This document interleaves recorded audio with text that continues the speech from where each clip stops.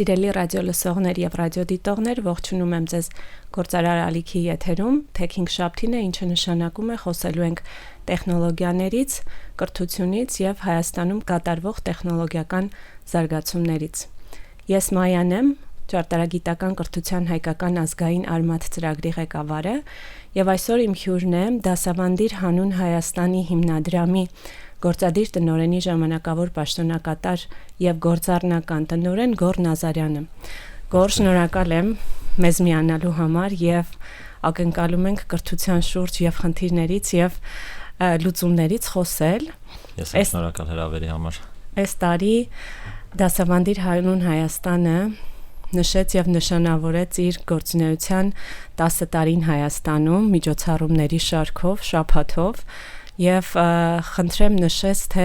ինչն էր ամենակարևոր ձեռքբերումը այս 10 տարիների ընթացքում եւ ամենակարևոր խնդիրը, որ Դասավանդիրը լուծեց հայաստանյան կրթության ոլորտում։ Այն լայն է, բայց մի քանի Այո, իսկապես 10 տարի Դասավանդիր հանուն Հայաստանին իր գործունեությունը ծավալում Հայաստանում, Հայաստանի Հանրապետությունում 2017-ից 23 թվականին նաև գործունեություն ենք ծավալել Արցախում եւ այս տարիների ընթացքում իրականում բազում աշխատանքներ են արվել, բազում փոփոխություններ են տեղի ունեցել եւ Դասավանդիր Հայաստանը կամ արդեն վերանվանումը փոխված Դասավանդիր հանուն Հայաստանի հիմնադրամը կրթության ոլորտում այդ փոփոխությունների չեմ վախենա ասել առաջամարտիկն է եղել։ Երբ տարիներ առաջ սկսվում էր գործունեությունը, մեր հիմնադրամը իրականում գործունեությունը փաստացի սկսվել է 2015-ին եւ հենց դրա համար էլ այս տարի 10-ամյակը նշում, բայց հիմնադրման գործընթացը 2013 թվականից մեկնարկել է եւ այդ ժամանակ մեր հիմնադրին եւ հիմնադիր տնօրեն Լարիսա Հովհաննիսյանին ասում էին դու կգտնես գործընկերներ, դու կգտնես ֆինանսավորում, բայց դու չես գտնի մարդիկ, չեն լինի մարդիկ, ովքեր որ պատրաստ կլինեն իրենց հարմարավետ կյանքը թողնելու եւ տեղափոխվելու այլ համայնքներ, մարզային համայնքներ, սահմանային համայնքներ եւ այնտեղ զբաղվելու ուսուցչի աշխատանքով, որը որ մեղմ ասած այնքան էլ գրավիչ չէր այն ժամանակ, հիմա մի փոքր երևի ավելի լավ է, բայց ամեն դեպքում եւ կյանքը ցույց տվեց, որ այդ ասողները, ովքեր որ տարբեր հայտնի եւ անհայտ մարդիկ են իհարկե, այդ ասողները սխալ էին եւ իրականում Հայաստանում կային եւ կան մարդիկ, ովքեր պատրաստ են իրենց ժամանակը, պատրաստ են իրենց գիտելիքները, պատրաստ են իրենց փորձառությունը եւ պատրաստ են իրենց կյանքը ներդնելու, կապելու այս ոլորտի հետ եւ հասցեավորելու ոլորտի այն մարտահրավերները, որոնք կան։ 15 թվականին 14 հոգի է 2015 թվականին 14 հոգի է մոտ գործել դպրոց Դասավանդիր Հայաստանի ծրագրի շրջանակներում, բայց այդ թիվը տարեց տարի աճել է եւ այսօր մենք խոսում ենք շուրջ 500 եւ ավել շրջանավարտների մասին, այսինքն մարդկանց մասին, ովքեր որ անցել են երկամյա մեր ծրագրով, հա, եւ այսօր տարբեր ոլորտներում իրենց գործունեությունն են ծավալում։ Եվ մեր երկամյա ծրագիրը ուսուցիչների առաջնորդության ծրագիրը փաստացի այն մեկնարկային առանցքն է եղել, որտեղից որ այս ամեն ինչը սկսվել է, այսինքն մենք հավաքագրում էինք եւ շարունակում ենք հավաքագրել տարբեր մասնագիտությունների մարդկանց, վերապատրաստել իրենց եւ տեղակայել մարզային համայնքներում, որտեղ իրենք աշխատում են որպես ուսուցիչ, իրականացնում են համայնքի զարգացման նորարարական ծրագրեր եւ իրենց օրինակով եւ իրենց աշխատանքով փոփոխություններ են բերում այդ համայնքներում։ Այդ ծրագիրը այսօր մեր միակ ծրագիրը չէ, հա, այդ ծրագրի հիմքով եւ ինչ եմ ասում այդ ծրագրի հիմքով, որտեղ մեր մնացած բոլոր ծրագրերը հաստատի կերտվել են, ստեղծվել են մեր շրջանավարտների համայնքի հետ միասին, հա,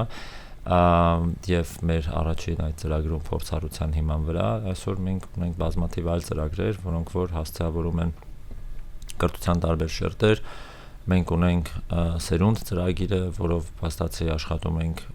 ամբողջ դպրոցի հետ, գործող ուսուցիչների հետ եւ կոտրում ենք այն կարծրատիպը, որ եթե մարդ 40 տարի, 30 տարի մանկավարժ է եղել, ուրեմն այդտեղ փոփոխություն անել հնարավոր չէ, ոչ մենք մեր ծրագրով ցույց ենք տալիս, որ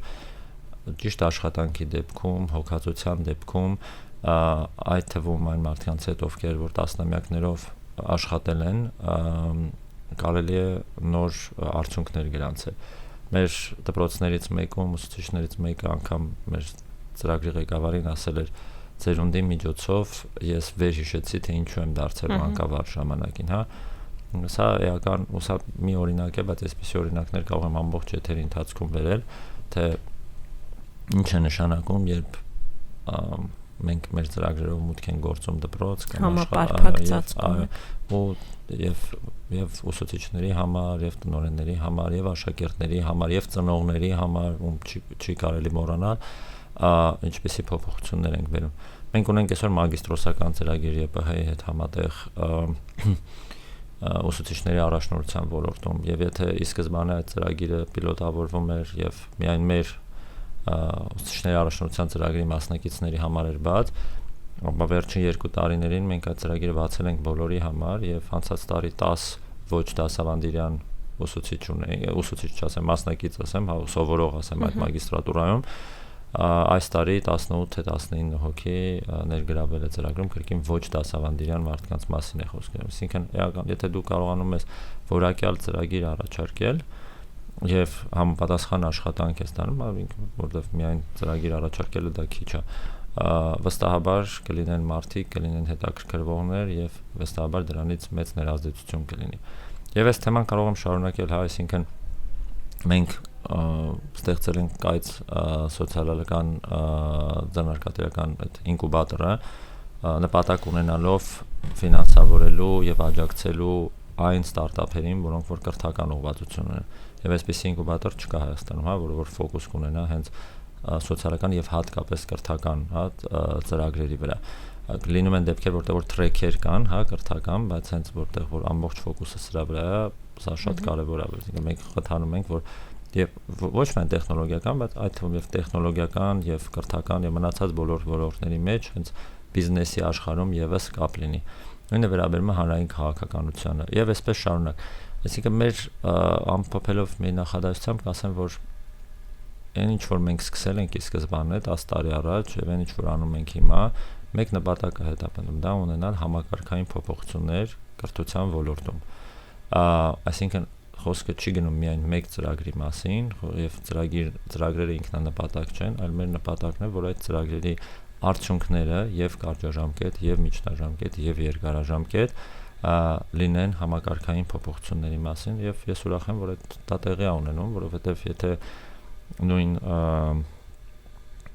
տարբեր բարեփոխումներ, որ այսօր ոլորտում տեղի են ունենում, հանրակրթության ոլորտում կտեսնեք, որ այդ բոլորի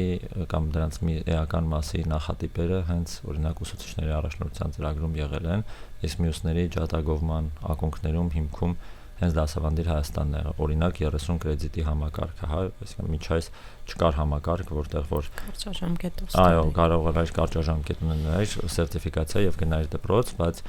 դրան զուգահեռ կա ուսուցիչների պակաս, հա, այսինքն հենց ծրագրում ամրագրված թվով կրթության զարգացման պետական ծրագրում ամրագրված թվով շուրջ 600-700 ուսուցիչների պակաս կա, որի պատճառով տվյալ առարկան չի դասավանդվում։ Եվ այդ 30 կրեդիտը դա հարթակ է, ֆորմատ է, որը որ դասավանդիրը տարիներ շարունակ կիրառել է եւ ի վերջո դա նաեւ պետական քաղաքականություն դարավ եւ այսօր ոչ միայն դասավանդիրը, այլև շատ տարբեր այլ հաստատություններ հնարավորություն ունեն կարճաժամկետ մանկավարժական սերտիֆիկացիա տրամադրելու։ Շնորհակալ եմ, ճիշտ հասկացա խոսքից կամ ճիշտ եմ մեկնաբանում արդյոք, որ եթե 2 տարով ուսուցիչ առաջնորդին ուղարկում ենք X համայնք գործունեություն ծավալելու, դա այդ համայնքում գոնե թե 2 տարվա ժամկետով եկեք ասեմ կարճաժամկետ խնդրի լուծումը տալիս է, բայց հիմա համասան մուտք գործելով համասանի հետ համապատասխան ծրագիրը իրականացնելով երկարաժամկետ կտրվածքում որ նայենք, մենք պիտի որ ուսուցիչների եւ առաջնորդական հմտությունների պակաս չունենանք եւ նաեւ ուսուցիչների պակաս չունենանք, թե որովհետեւ համասան դպրոց կապը ըստ էության այնքան էլ ուժեղ չի, որովհետև համապատասխան ֆակուլտետներում մենք ունենում ենք խնդիր, այսինքն չեն ընդունվում, այնքան էլ մոտիվացնող չի այդտեղ ուսուցիչ դառնալը ընդհանրապես հիմա ամենաառաջին մասնագիտությունների շարքում չի, հետևաբար համալսարան դպրոց այդ կապի համար ձեր ծրագրերը գոնե թե երկարաժամկետում էլ խնդիր լուծելու պլան ունեն։ Ես տենց չէի ձևակերպի ճիշտն ասած, շատ կարևոր է, որ առանձնացնենք, թե ինչ ենք անում որ խնդրի համար։ Հիմա երկամյա մեր ուսուցիչների առաջնորդության ծրագիրը հաճախ մարդիկ մտածում են, որ մենք կա հաստիկ, բաց հաստիկ եւ մենք այդ հաստիկը լրացնում ենք։ Ոչ։ Հաստիկը լրացնելը դա պետության գործառույթն է, անկախ նրանից ինչքանով է դա հաջողվում կամ չի հաջողվում, կամ ինչ գործունեություն է դրա համար արվում։ Հաստիկների արկայությունը միջոց է, ճանապարհն է, որով որ մեր ուսուցիչ առաջնորդը տեղակայվում է համայնքում եւ 2 տարի իր գործունեությունն է ծավալում։ Աշխատելով դասարանում, աշխատելով ամբողջ դպրոցում, աշխատելով համայնքում։ Այս 2 տարվա ընթացքում այն ներազդեցությունը, որ ուսուցիչը ունենում է, չի սահմանափակվում այդ 2 տարով, որովհետեւ այդտեղ տեղի ունենում մտածողության փոփոխություն աշակերտների մոտ, ծնողների մոտ, դպրոցական համայնքի մոտ, տեղի են ունենում զարգացումներ, որոնք որ սեփական օրինակով ուսուցիչը ցույց է տալիս, որ չեմ վախենա ասել, հաճախ մի ծաղկով գարուն կգա, Ավելին մենք ունենք իհարկե մեր տեղակայման ռազմավարությունը եւ սովորաբար աշխատում ենք, որ վերատեղակայում անել, այսինքն մեկ ցիկլից հետո փոխարին, եթե համայնքը չունի դեռ այդ ռեսուրսը իր ուսուցչին ունենալու, վերատեղակայում անենք 1-2-3 շրջան, մինչև որ այդ համակարգային, այսինքն տվյալ համայնքի շրջանակներում այդ ներազդեցությունը ավելի ամբողջական կլինի։ Եվ ես ուրախ եմ ասել, որ այսօր մեր ծրագրում եւ ոչ միայն մենք ունենք նախկին աշակերտներ, ովքեր որ իրենք ընտրել են ուսուցչի մասնագիտությունը եւ հետո կամ միացել են մեր ծրագրին կամ առանց մեր ծրագրի այդ գործունեությամբ են զբաղվում։ Օրինակելի կերպար են տեսել, որը կարող է փոխել իրենց մտածողությունն ու կյանքը։ Ես հաճախ երբ ինքս հավաքագրման թիմում էի աշխատում, ասում էի, որ մենք մտնում ենք դպրոցներ ու հարցնենք, ասենք, ինչ ես ուզում դառնաս երեխաներին, հաճախ կարող պատասխան լսենք, պատգամավոր եմ ցանկանում դառնամ, օլիգարխ եմ ցանկանում դառնամ եւ այլն։ Եվ օրինակ կես տարի հետո լսեինք, որ այդ նույն աշակերտը ասի, ես ուսուցիչ եմ ցանկանում դառնամ։ Երեխաները եւ առհասարակ մեր համայնքները լի են անսահման հնարավորություններով, ու մեր դերն է, մեր ոչ միայն մեզանից յուրաքանչյուրի պարտականությունն է օգնելու բացահայտել այդ պոտենցիալը, իրացնելու։ Մենք դա անում ենք կրթության միջոցով, գերազանց կրթությունը հասանելի դարձնելու միջոցով։ Ինչ վերաբերվում է մագիստրոսական ծրագրին, մագիստրոսական ծրագիրը մեկնարկեց այն կետում, որտեղ որ մեզ համար կարևոր էր նաև բարձրագույն կրթության ոլորտում ունենալ այնպիսի ծրագիր, որը որ իսկապես որակյալ կլինի մանկավարժության ոլորտում նկատի ունեմ եւ գրավիչ կլինի եւ այս ուղղությամբ այդ աշխատանքները տանում են։ Հիմա մեր ծրագրին փաստացի մասնակցում են, ուսանում են մարդիկ, ովքեր որ տարբեր դպրոցներում ուսուցիչներ են եւ մարդիկ, ովքեր որ ուսուցչական փորձ չունեն, այսինքն այլ բնագավառներից որոշել են այս մագիստրատուրան անել։ Այսինքն հիմա իհարկե շատ մեկնարկային փուլում է, նկատի ունեմ 5 տարյա ծրագիրը կա, 3 տարին մենք մեր ներսում էր տեղ ունենում եւ այս 2 տարիա որ բացվել է, բայց հիմա մենք տեսնում ենք, որ փաստացի եւ ուսուցչական համայնքն է հետաքրքրված վերապատրաստվելով, նոր գիտելիքներ ձեռք բերելով, բայց նաեւ կան այո մարդիկ, ովքեր որ ուզում են լավ մանկավարժական կրթություն ստանալ, հետագայում կդառնան մանկավարժ թե չէ, կյանքը ցույց կտա էլ եւ տեսնենք ինչ ընթացքում ինչ արդյունքներ կլինի։ Այսօր մենք մտածում ենք օրինակ տարանջատելու մեր հոսքերը, որպեսզի գործող ուսուցիչների համար այլ լինի, ոչ ուսուցչական փորձառություն չունեցող մարդկանց համար այլ լինի ծրագիր։ Եվ այսպես շարունակ, շատ աշխատանք կա անելու այս մասով։ Միևնույն ժամանակ կուզեի ասել, որ տրենդը մի քիչ փոխվում է։ Այսօր օրինակ նույն մանկավարժական համալսարանում գիտեմ, որ կան ֆակուլտետներ, որոնք որ եթե նախկինում առհասարակ ընդունելություն չէին ունենում, հիմա օրինակ այդքան էլ այտենց չի, դրական դինամիկա կա, դրան նպաստող տարբեր գործոններ կա, այնտեղ կրթաթոշակային ծրագիր կա, եթե չեմ սխալվում, նաև կամավոր ատեստացիայի մեխանիզմը, որ ներդրված է, սա փաստացի իրական հնարավորություն է։ Գործողուսուցիչները նկատի ունես։ Չէ, նկատի ունեմ, որ կան մարդիկ, ովքեր որ հետաքրքրված են դիմելու մանկավարժական օրինակ համալսարան կամ ծրագրերի եւ դառնալու ուսուցիչ։ Կդառնան թե չեն դառնա, դա մի քանի տարուց բարձ կլինի, որովհետեւ վերջի 2 տարիների ավելի տրենդ է, բայց այն որ օրինակ կամավոր ատեստացիայից որ խոսում եմ, այսինքն այսօր իրական հնարավորություն կա որպես ուսուցիչ բարձր աշխատավարձ ունենալու, հա, եւ դա իհարկե գրավիչ է նաև ապագա ուսանողի համար, այս абիտուրիենտի համար, եւ որ մտածում է, օքեյ, այն ժամանակ մտածում էր լավ մանկավարժական ավարտեմ, դպրոցում աշխատեմ, չգիտեմ ինչքան գումար եմ աշխատելու, հիմա տեսանելիություն կա, որ կարաս բավականին հետաքրքիր գումար աշխատես։ Մանավանդ համայնքներում, եթե հետ ենք գնում առաջին աշխատանք, միակ աշխատանք եւ այլն, ըստ էության։ Հա, համայնքներում առավել շատ կա,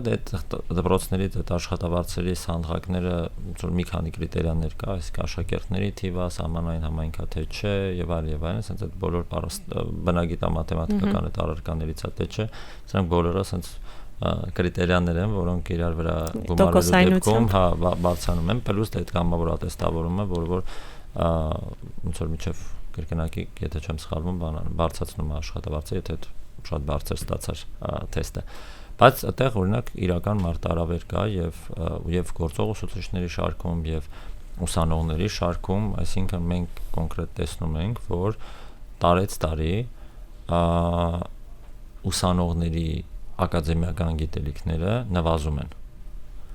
Մենք ինքներս մեր փոքրիկ հետազոտություններ արել ենք տարբեր բուհերում, այդ թվում բարձր մոգեր ունեցող ուսանողության շրջանում եւ բավականին տխուր է այն պատկերը, ընդհանուր տենդենսն է, չէ՞, ընդհանուր տենդենս է, ու ստացվում է, որ այնց որտեվ տեսեք մենք ունեցել ենք ուսուցիչների պակաս եւ ունենք, մենք մեր կրթության որակի հետ մեղմ ասած հարցեր ունենք, ահա, եւ այս ամբողջ արդյունքում մենք ունենք այսօր ուսանողություն, ով թղթի վրա, հա, մեր դիպլոմների կամ այդ ընթացիկ այդ ուսանողական գրքույկների բաներում լավ ցուցանիշներ ունի, լավ կրեդիտներ ունի, լավ գնահատականներ ունի, բայց ակադեմիական գիտելիքների էական խնդիրներ ունենք, որը որ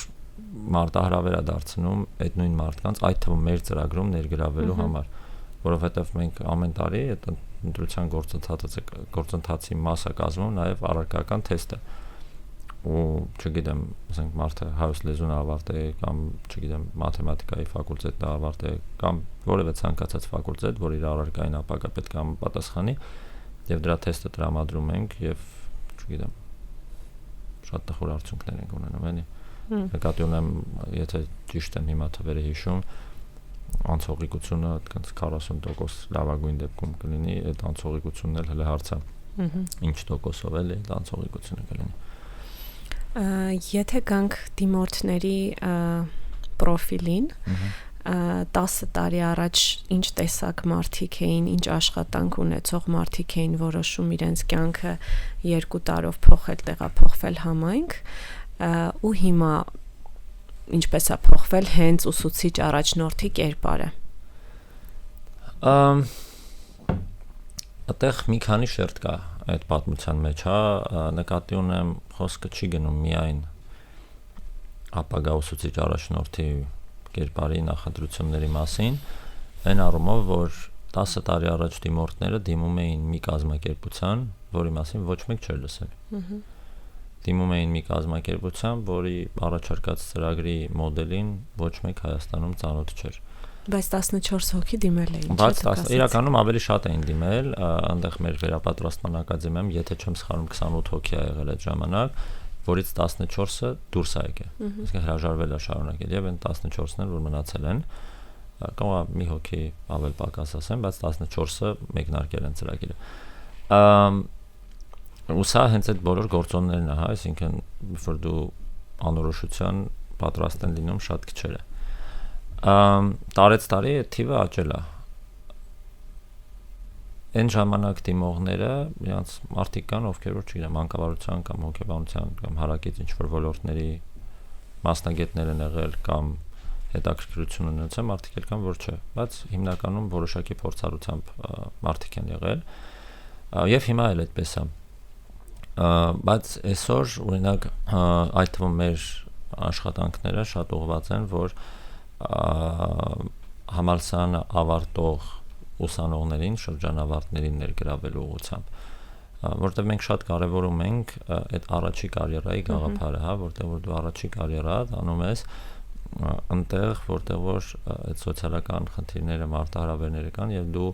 տեսնում ես այդ ամեն ինչը եւ որը որ հետագա քո տարատեսակ գործունեության համար անկախ նրանից որ ոլորտում կլինի ուղղորդի չլինի։ Սա առաջի պատճառը։ Երկրորդը անկախ նրանից մարդիկ կդիմեն մեզ թե չեն դիմի, մենք շատ կարևորում ենք, որ այսօրվա ուսանողները իմանան եւ մատնանշված հարցերի խնդիրների մասին եւ իմանան, որ կան այսպիսի լուծումներ, ինչի որովհետեւ այսօրվա ուսանողները վաղվա որոշում կայացնողներն են։ Եվ մենք այսօր հաճախ խոսում ենք, որ այն մարդիկ, ովքեր որ որոշում են կայացնում, կոնտեքստից կտրված են, չեն տիրապետում եւ այլն, չէ, մենք հենց ուսանող ժամանակ մենք թիրախավորում ենք, որ իրանք իմանան, որ Հայաստանը մեր անմիջական սոցիալական փուչիկից դուրս է, եւ մարդիկ կան, որոնք որ այդ փուչիկները տարբեր են բնականաբար, բայց ընդհանուր այդ պատկերը աշխատում ենք տալու։ Եվ շատ կարևորում ենք, որ հոսքի կեսը կամ 60%-ը լինի հենց շրջանավարտները, տարբեր տարիների իհարկե փոփոխական են այս մասով հաջողությունները լինում, ու տարբեր ծրագրեր ենք առաջարկում ուսանողներին, հա, այսինքն դա փորձնակցության ծրագրեր կլինի հիմնադրամում, կարճաժամկետ տրեյնինգներ կլինեն եւ այլն, եւ առաջի կուրսից, երկրորդ կուրսից ուսանողների հետ աշխատանքով գալիս ենք 4-րդ կուրսում, եթե պատրաստակամություն են ունենում դիմելու, դիմում են, որտեղ մենք նաեւ գիտենք, որ դասավանդերին դիմելու սովորաբար մարդիկ չեն դիմում, այսօր իմացա վաղը դիմեցի, կարա լինեն այդպիսի բացառություններ, բայց 95%-ը, որ ասած ապահով ասեմ, չասեմ 100%, առնվազն 2-3 տարի պետք է մարդուն, այն կետից, երբ որ ինքը իմացել է դասավանդի իրավուն Հայաստանի գոյության մասին, եւ այն կետում, երբ որ ինքը որոշում է կայացրել դիմելու, սա մեծ process է մարդու ինքնագիտակցության մեջ էլի, ու հաճախ մենք երբ որ ֆոկուս խմբեր ենք անում կամ քննարկում ենք ունենում մեր ուսուցիչների հետ, կամ դիմորդների հետ, ասում եմ, ես ինչ վաղ իմացա, դիմեցի, ասում ենք, հələ սպասի, դա առաջին անգամն էր, որ իմացար, չէ, գիտես, ոնց որ մի 2 տարի առաջ իմ ընկերներից ես իմով ու սենց շարունակ, այսինքն ինքը իսկապես դու ուղիղ ինչ որ մի հատվածում ետնաբեմում ունենում ես դա ու ինչ որ մի կետում, որտեղ որ քո մոտիվացիաները, քո ցանկությունները, քո գաղափարները, պլանները համապատասխանում են, ասում ես, դասավանդիր Հայաստանի մասին կարելի է մտածել եւ դիմում ես այդ ծրագրին։ Սա շուկան ավելի մրցակցային է։ 10 տարի առաջ այսքան ծրագրեր չկային։ 10 տարի առաջ արտասահմանում կրթություն ստանալը այսքան հասանելի չէր։ 10 տարի առաջ լոկալ ծրագրերը եւս ոնց որ շատ ավելի սահմանափակ են։ Այսօր ուսանողը ունի ընտրություն։ Ավելին այսօր գործատուները գիտակցում են, մեծ գործատուները նկատի ունեմ, գիտակցում են, որ կարևոր է աշխատել ուսանողի հետ։ 10 տարի առաջ կային կարիերայի կենտրոններ, ու հիմա էլ կան իրանք, հայտարարություն աշխատանքի ուղարկվում էր եւ ով կիմանար, ով չէր իմա, իսկ հիմա, ասինքն օրինակ հայտնի բրենդներ կան, որոնք որ տարբեր ոլորտների եւ իրանք ուղիղ աշխատանք են տանում։ Ուսուցնական ծրագրերով, կամավորականներով։ Ուսուցնական համալսարաններում տեսանելիություն ապահովելու եւ այլն, հատուկ մեսեջներ մետրոներում կլինի եւ այլն, որտեղ որ հստակ աշխատանք է գնում ուսանողի հետ եւ ուսանողը ունի ընտրության հնարավորություն։ Եվ մենք այդ մրցակցային պայմաններում մենք եւս ու ես մեզ էլ եմ դասում որպես մեծ գործատու այս առումով, ճիշտ է, դասավանդերի համար մեր ծրագրի մասնակիցները աշխատակից չեն, իրանք մեր շահառուներն են եւ իրենց գործատուն դպրոցն է, բայց ու ծրագրի կարիերայի ընտրության առումով ես մեզ համարում եմ այդ մեծերից մեկը, որովհետեւ մենք տարին 50-60 հոգի ուզում ենք, որ մտնի մեր ծրագիրը, այսինքն մրցակցում ենք միանգամից այն կազմակերպությունների հետ, մեծ տեխնոլոգիական, մեծ խաղադրույքային, մեծ բանկային, մեծ տելեկոմ, այն կազմակերպությունների հետ, ովքեր որ ասում են մենք ամեն օր մարդ ենք ներգրավում։ Շնորհակալ եմ, մինչ դու խոսում ես մի քանի շերտերով մի քանի հարցեր առաջացան, բայց քանի որ Tech-ing շաբթին է, մի քիչ թեքվենք դեպի տեխնոլոգիաներ, մեր համագործակցություն, որովհետև ինչպես նշեցիր 10 տարի առաջ այսքան շատ ծրագրեր չկային, այսքան շատ հնարավորություններ չկային, բայց ինչպես Արմաթը կար 10 եւ ավելի տարիների առաջ դուք միացաք եւ ըստ էության ստացվեց, որ այն համայնքներ, որտեղ դուք գնում եք դասավանդերի ուսուցիչ առաջնորդները գնում են, այնտեղ կա հնարավորություն նաև համագործակցելու Արմաթի հետ, Արմաթի խմբավարի հետ, տեղում համայնքը փոխելու եւ այդ աշխատանքները կատարելու ու բնականաբար մենք ունենք համընկնող ուսուցիչ առաջնորդ եւ խմբավարներ, ուզում եմ մի քիչ խոսենք այն մասին, թե որքանով էր սա հեշտացնում կամ բարդացնում տեղում համայնքային աշխատանքը եւ երկրորդ շերտով էլ հենց համայնքում արված աշխատանքը բնական էլ հայկական մեր մտածողության կամ մի քիչ դժվար փոփոխությունների գնալու առումով այդ զարգացման մտածելակերպի փոփոխության առումով ահագին ավելի բարդ է, քան քաղաքային համայնքներում կամ Երևանին մոտ համայնքներում, այսինքն այս մեր համագործակցության շրջանակներում ավելի հեշտանում էր ուսուցիչ առաջնորդների գործը, երբ որ իրենք նաև տեխնոլոգիական կրթություն են տալիս, երեխաների հետ են աշխատում ու այդ համատեքստում համագործակցությունը ուր է տանում։ Ես գուշ կլինեի ճիշտ ասած համայնքների պատրաստակամության մասին խոսելուց այդ փոփոխություններին, որտեղ տարբեր համայնքներում իրական բավականին տարբեր է եւ Երևանամերձում էլ կան բավականին ոնց որ անդիմացող փոփոխություններին, որպեսզի շատ ճիշտ լինի ու զգուշ լինենք, նկատի ունեմ, երբ որ դրսից մեկը գալիս փոփոխություն բերելու, այդ դեպքում ընդդիմությունը կամ, չգիտեմ, սկեպտիկությունը բարձր է։ Ես երկու սովորաբար համագործակցությունների տեսակ կա։ Մեկը այն է, որ երկու կազմակերպություններ պայմանավորվում են եւ հետո հասկանում են, թե դա դաշտում ոնց է տեղի ունենում։ Երկրորդը, որ համագործակցությունը սկսվում է, հետո են կազմակերպությունները պայմանավորվում։ Մեր համագործակցությունը Արմաթի հետ փաստացի երկրորդի մասին է։ Այսինքն մեր ուսուցիչները դառնում էին Արմաթի խմբակավար կամ հակառակ Արմաթի խմբակավարները դիմում էին մեր ծրագրին առանց որևէ պայմանավորվածության դասավանդի Հայաստանի կամ ԱՏԾՄ-ի միջև։ Ու շատ մեծ արդյունքներ էին ունենում, ես նկատում եմ ամենտեղ։ Պարզակ լինեն ինչ-որ դժվարություններ, բացառություններ եւ այլն, բայց ընդհանուր առմամբ ես հիշում եմ հատկապես 18-19 թվականներին եւ դες 18-ի վերջին եմ միացել հիմնադրամին, երբ որ ինքս ակտիվ գնում էի համայնքներ, որտեղ ուզում էի ծանոթանալ նաեւ մեր գործունեությանը, ես անընդհատ լսում էի, որ այս ինչ մարդ է, այս ինչ տեղում համ Արմաթի խմբակավարա, համ ոնց որ դպրոցում դասատալի, ինչ ծրագրով եւ այլն եւ այդ երկուսը միասին անելը եւ ներազդեցությունն է մեծացնում եւ ինչ որ առումով ավելի շատ վստահություն է կարծում եմ տալիս համայնքում, որովհետեւ փաստացի երկու կառույց նույն մարդու վրա ճակերտավոր ասած խաղադրույք են արել, երկու կառույց իրենց ռեսուրսները եւ ֆիզիկական եւ գիտելիքային եւ այլն ներ են դրել եւ ասում են Պողոս ջան, ենթադրենք դու այստեղ այդ գործունեությունը ծավալել ես եւ խաղադրույքի արդյունքում շահում են երեխաները, ծնողները, շահում են բոլորը եւ շահում են նաեւ հենց այդ մասնակիցը իրականում, որովհետեւ ես վստահ գիտեմ, որ եւ մեր տված գիտելիքն ու փորձառությունը եւ ԱՏԾՄ-ի Արմաթ ծրագրի տված գիտելիքն ու փորձառությունը իրենք շատ իրար փոխլրացնող են եւ դուք ունեք բաներ, որ մենք չունենք եւ հակառակը, ու այս առումով ոնց որ մենք շատ մեր ծրագրի մասին առհասարակ խոսելուց ասում ենք, մենք երբեք չի կարելի մտածել, որ այս ծրագրի մասնակցությունը դա լավություն է, կամավորություն է, կամ այսպեսի ամենայն հարգանքով իդեպ կամավորությանը, ես ինքս բավականին փորձ ունեմ դրա, սա ծրագիրը ինքը փոխշահավետ ծրագիր է, եւ բացի ֆինանսական կոմպոնենտից, որ երկու ծրագրերն էլ տալիս են, նաեւ այն կոմֆորտ զոնայից դուրս գալու, այն անձնային աճի, այն հմտությունները փափուկ եւ կոշտ հմտությունները զարգացնելու հնարավորություն են այս ծրագրերը,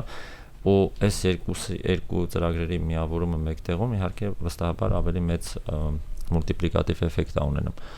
Ու հետո է եղել, որ մենք նստել ենք ձեր թիմի հետ, սկսել ենք խոսել, բա ոնց անենք, որ մեր տեղակայումները ավելի համադրենք եւ այլն, մեծ հաշվով այդ մասով միշտ չի որ հաջող է ստացվում, բայց դա ոչ թե նրա պատճառով է, որ չենք ուզում որևէ կողմից, այլ նրա պատճառով է, որ այսինքն ես ասացի, մեր դեպքում հաստիկներից է բխում, այդ պետք է այնքան գործոն կա այդ գործընթացի մեջ, որ դժվար է լինում, բայց ես ուրախ եմ, որ այս համագործակցությունը կա եւ ուրախ եմ, որ ինքս այս տարիների ընթացքում շատ եմ տեսել, որ մեր թիմը ոնց որ Արմատի եւ ԱՏԶՄ-ի դեսպանը հաճախ եւ հակառակը ձեր թիմը դասավանդերի մասին խոսում, չաթագովում, ինչ որ ծանոթություններ է ստեղծում, հետո իմանում ենք, վայ, չգիտեմ, այս ինչ տեղից իմացել են եւ այլն։ Այսինքն սա այն փոխվստահության, սա այն իսկական խորքային հարգանքի եւ փոխվստահության վրա հիմնված համագործակցություն է, որը որ կարծում եմ շատ օրինակելի է եւ հույս ունեմ, որ եւ ռեսուրսային առումով առաջերտին մենք կարողանանք ավելի շատ տեղերում համադրենք, հա, մեր ծրագրերը։ Ու Tech for Armenian այդ առումով լավ հնարավորություն է, որտեղ այդտեղ մենք տեղակայման ավելի ճկունություն ունենք, խոսքս Tech ոլորտի մարդկանց մեր ծրագրին ներգրավելու, ավելի բեռնաթափված տարբերակով մեր ծրագրին ներգրավելու այդ հոսքի մասին է եւ գիտեմ, որ բարբերաբար այդ հանդիպումները Արմատի խմբակավարների հետ լինում են, որպեսզի այնպես չլինի մեր ծրագրի միանալով ինքը իր խմբակը թողնելու հարց ունենա, այնի ասկա տարածքային հարցերը նախորդ տարվանից ունեինք խմբավորներ, որ միացան, այս տարի էլ կարծում եմ հայտեր կլինեն։ Մի հետաքրքիր բան հիշեցի, որ վերջերս քննարկումներից մեկի ժամանակ ընդհանուր նշեցինք, որ դասավանդիր հանուն Հայաստանին, որը ձեր անվանումն է, ընդհանուր առմամբ ռազմավարություն եւ միսիա է մյուս բոլորիս համար, ու այս առումով որ նշեցիր խմբավարներ ունենք, որ նաև դասավանդիրում են ուսուցիչ առաջնորդ, վերջերս Digitech-ի շրջանակներում մենք տեսանք հենց այդպիսի օրինակներ, որ մեր 3 տարբեր մարզերի 3 տարբեր խմբավարներ անցնելով ուսուցիչների վերապատրաստման ձեր ծրագրում նշում էին եւ մյուսների հետ կիսվում էին, թե ինչքանով են դա հետո կիրառում իրենց առարկայական դասավանդման մեջ եւ նաև Արմաթի բաղադրիչների հետ են ինչպես համադրում, որ ավելի արդյունավետ, ավելի այլընտրանքային արդյունքներ ունենան ու հենց լսելով նաև իրենց ես զուգահեռ մտածում էի, որ երբ որ ռեսուրսները իրոք համատեղում ես ու մի անձի մեջ տարբեր զարգացումներ են տեղի ունենում ու բնականաբար արդյունքները էլ ավելի տեսանելի եւ ցայտուն են երևում։ Վստահաբար ու ես իրականում այդ սեսիան, որին հղում ես անում, ես չգիտեի։ Բացես թողել։ Չէ, ես եղել եմ, ես չգիտեի, որ այդ սեսիային հենց ունենալու ենք մեր շրջանավարտներից, ովքեր որ նաև Արմատի խմբակավար են, ու երբ որ դա տեսա ու լսում էի, շատ տպավորիչ էր դա էլ, դա հենց այն ոնց որ մենք բեմի վրա տեսնում էինք, այն ինչի մասին անընդհատ խոսել ենք, էլի։ Ու ես էլ մի քիչ էմոցիոնալ կողմ տանեմ, երկու կազմակերպությունների ամբասադոր դեսպանն էիր տեսնում դու այդտեղ, որ հավասար հղումներ են անում այ Արմաթում, ասա եմ անում այլ դասավանդիրի process-ով անցնելով այսպիսի արդյունքներ ունեմ ու մենք 3 խոսնակ ունեինք այդ օրը ու ես պատկերացնում եմ, որ եթե ավելի շատ լինեին իրանք քննարկումները, ինչքան ավելի արդյունավետ տեղ կտանեին ընդհանուր ոլորտում։ Վստահաբար, այդ միջոցառումը այդ առումով շատ ինքը տպավորիչ էր ու կարծում եմ այդ ֆորմատը պետքա էլ ավելի զարգացնենք, ինչու՞ չէ նաև գալիք Digitech-ում, այն առումով, որ ցույց տանք ինչ կարող անի համագործակցություններ։ Իհարկե հիմա միջավայրը շատ ավելի բեռնի նպաստ է համագործակցությունների համար, տարբեր կազմակերպություններ, մենք էլ 405 այդ կրթական ալյանսն ենք նաև համահիմնադրել, ԱՏԶՄ-ի անդամ ենք, ասոցիացված եւ այդտեղ էլ շատ համագործակցում ենք, բայց այդ առումով շատ բարենպաստ է հիմա, բայց նաև այդ համագործակցությունը գործնականում ինչ արդյունք կարա տա, դա կարևոր է, որ մենք շատ ցույց տանք եւ վստահ եմ այդ առումով ոչ միայն մեր ոլորտի, այլև մնացած ոլորտներից հետաքրքրություն կլիներ, որտեղ ես հաճախ ասում եմ, որ այս ոլորտում խնդիրներից մեկը կանոնը նրանում, որ կրթության հիմնահարցերի եւ լուծումների մասին խոսում են մեր կրթության մարդիկ։ Դա ըստ իս ոչ միտեղ չտանող ճանապարհ է։ Մեզ պետք է, որ կրթության հիմնահարցերի եւ լուծումների մասին խոսեն բոլորը։ Բիզնեսները, պետությունը, IT համայնքը, որովհետև այս հարցերը վերաբերում են բոլորիս։ Երբ որ մենք առանձին ենք այս ամեն ինչի մասին խոսում, մենք այդ առումով մեր խնդիրների հետ մենակ ենք մնում եւ չկա, այսինքն եկեք վերցնենք, կրթությունը իզոլացնենք, կրթության ոլորտում շատ կոշտ կարող է հնչի, բայց ֆինանս չկա։ Կրթության ոլորտում նորարարությունը եւս ամենապահպանողական ոլորտներից է, բայց դրան զուգահեռ, այսինքն ֆինանսը կամ ինովացիան տեղի ունենում օրինակ այլ ոլորտներում, ասենք նույն IT ոլորտում, Հիմա այս երկու ոլորտները պետք է իրար հետ շփվեն, թե չշփվեն։ Ու պետք է այդ շփումը ոչ թե լինի միջոցառումների ու ներկայացուցչական մակարդակում միայն, այլ պետք է լինի ավելի խորքային եւ ինչի՞ չէ աշխատանքային մակարդակներում, ասենք նույն արհեստական բանականությունները։ Անկանվերջ կարանք սեսիաներ անենք արհեստական բանականություն, բայց այդ սեսիաները սովորաբար մնում են այնտեղ, թե արհեստական բանականությունը կփոխարինի ուսուցչին, թե չէ։ Այդ հարցը չափազանց ինքը կարևոր հարց է, բայց ինքը չափազանց պարզ հարց է, պարզ են առումով, որ այնքան շերտեր կան այդ հարցի վերևում, ներքևում եւ կողքերում, որոնք որ այդ մի սեսիայով չես կարող բացահայտել, իսկ ավել սեսիա տեղի չունենում։ Այդ առումով իդեպ մի լուր, որ իդեպ սա առաջի հարթակը կլինի կախվածներից երբ հատողագրելու, մենք մարտին 2 մեծ միջոցառում ենք ունենալու, առաջինը մենք հյուրընկալելու ենք Teach for All-ի եվրոպական տարածաշրջանի տնօրեններին եւ ծրագրային ղեկավարներին եւ դա փաստացի տարածաշրջանի ամենամեծ կոնֆերանսն է լինելու տարվա, խոսելու հենց ուսուցիչների առաջնորդության ծրագրի իրականացման եւ ներազդեցության մասով եւ Հայաստանը այդ առումով օրինակ է լինելու մնացած բոլորի համար։ Մենք համայնքային այցելություններ ենք ունենալու, ցույց ենք տալու մենք ներքին ընթացակարգերը ոնց է եւ այլն։ Եվ ի շարունակություն դրա մենք երկօրյա կոնֆերանս ենք ունենալու արդեն ավելի բաց ձևաչափով մարտի 27-ին եւ 28-ին, որտեղ որ նպատակ ունենք երկխոսություն ստեղծելու եւ կրթության եւ մնացած ոլորտների միջեւ եւ տեղական եւ միջազգային այդ գիտելիքի ու փորձառության փոխանակման հնարավորություն ստեղծել։ Այս առումով հենց հիմա բավականին ակտիվ աշխատանք ենք տանում, վստահ եմ բավականին մեծ հետաքրքրություն առաջացնող խոսնակներ ենք ունենալու, որոնց մասին հունվարից արդեն կսկսենք աստիճանաբար խոսել։ Այնպես որ եթե այս թեման հետաքրքրում է ռադիո լսողներին եւ դիտողներին, ինչպես դու ասեցիր, մարտի 27-28-ը կարող եք ձեր օրացույցերում ամրագրել։ Շնորհակալ եմ, հետևենք նորություններին ու զարգացումներին, բնականաբար կմասնակցենք նաև։ Դու պատասխանեցիր իմ 2025-26-ի պլանների մասով հարցին եւ 25-ի ամփոփումն էլ ինձ թվում արեցիր։ Կարող ենք, մենք 25-ին քանի որ այս անցումային օրերի մեջ ենք, արի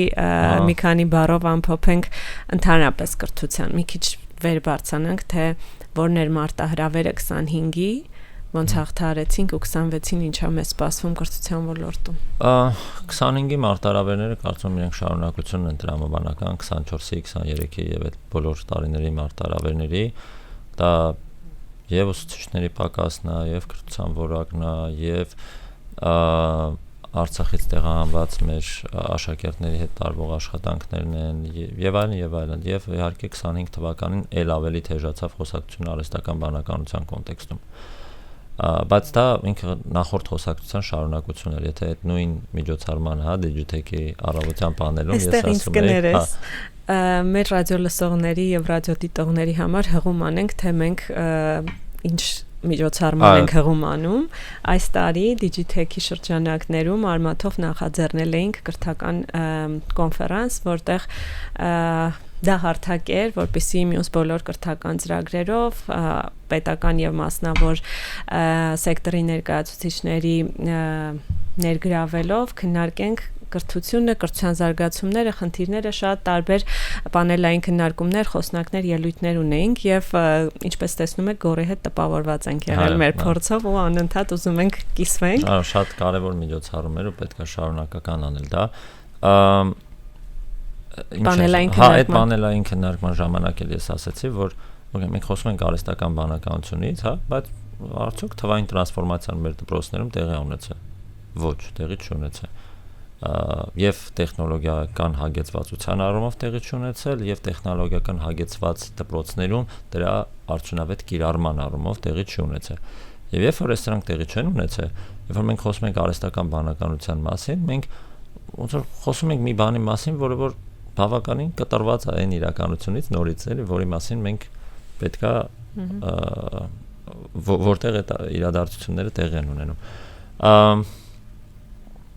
Այս հարումով այս թեման ինքը նոր ավելի տաք թեմա դարձավ 25 թվականին։ Կարծում եմ, որ շատ աշխատանք կա, կարծում եմ այդ աշխատանքը նաև տարվում է, ճիշտ ասած, այդ թվում արհեստական բանականության թեմայով նախարարությանը կից ու մեր բոլոր կրթական կազմակերպությունների ներառյալ մեր մասնակցությամբ կա աշխատանքային խումբ քաղաքականության մշակման, էթիկայի եւ նմանատիպ հարցերի կարգավորման առումով։ Եվ դա նաև մեր համար էլ է շատ կարևոր առաջնահերթություն արդեն 26 թվականի համար, որ ոչ միայն առանձին թիմակիցների կամ առանձին բաժինների կամ առանձին ծրագրերի մակարդակում, այլ ընդհանուր առմամբ արհեստական բանականության կիրառման, ներդրման, մշակման,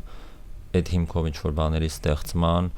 ուղղությամբ աշխատանքներ անենք ու իրականում մենք 26 թվականի հունվարից բավականին մեծ պլաններ ունենք մեր սկսած աշխատակազմից ու դրանից բխող արդեն նաև թիմակիցների համատեքստում։ Շնորհակալ եմ, 26-ին չդանդաղենք, որ կրթական բարեփոխումները կամ չգիտեմ զարգացումները առավել արագ հասնեն համայնքներ ու լուծեն տեղական խնդիրները։ Շնորհակալ եմ, սիրելի ռադիո լսողներ եւ ռադիո դիտողներ, շնորհակալություն մեծ հետ լինելու համար։ Կհանդիպենք 2026-ին նոր հյուրերի, նոր թեմաների եթերում։ Շնորհակալություն։ Շնորհակալություն։